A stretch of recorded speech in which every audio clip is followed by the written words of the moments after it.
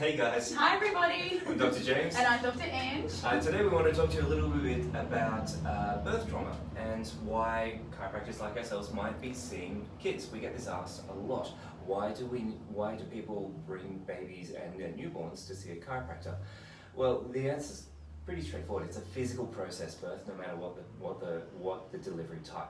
So Dr. Ange is going to start running through some stats there as well. So there's some really interesting stats on this topic. So basically there was one study that actually showed that in a cohort of babies that were showing pain and irritation, 95% of these babies that were experiencing pain had also experienced some notable birth trauma. An even bigger study on over 1,000 babies, this also showed that babies that did go through birth, 89% of them did have some mechanical strain or restriction in the body as well, regardless of how they were birthed. So the different types of birthing trauma and different things that we can see are things like your facial or your head asymmetries. You can get things like torticollis, but also you can get things like spinal or rib or clavicle dysfunction. And sometimes these will usually be seen until you get the associated issues arising from that after some time. Yeah, absolutely.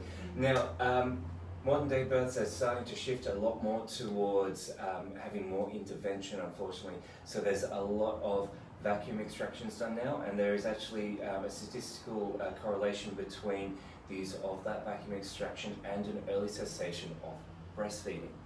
So these kids are missing out on that connection between them. Now, along with the associated pressures and trauma for a normal delivery, we can see about a 10% of acceptance of a normal fracture to the clavicle with a normal delivery without any intervention involved.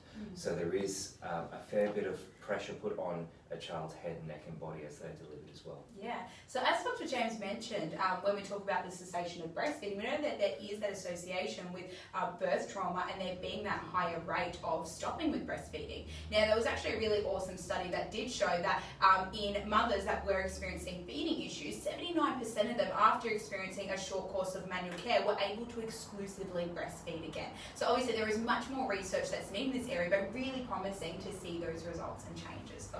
Which is really awesome. Now, a couple of things you can watch out for to see whether your baby or infant might be in pain.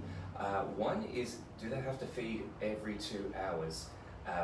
Basically, the mechanism of breastfeeding does create pain relief for a child for about 1.5 to 2 hours. So if you find you're feeding them every 2 hours, this may be a pain-driven response. Yeah, another thing to look out for is needing a pacifier or a dummy or constantly needing to suck, because when that happens, To be held, can't be put down, has to have constant motion, doesn't like to try and go to sleep by itself, has to be held to settle. So that can be a really big sign of pain.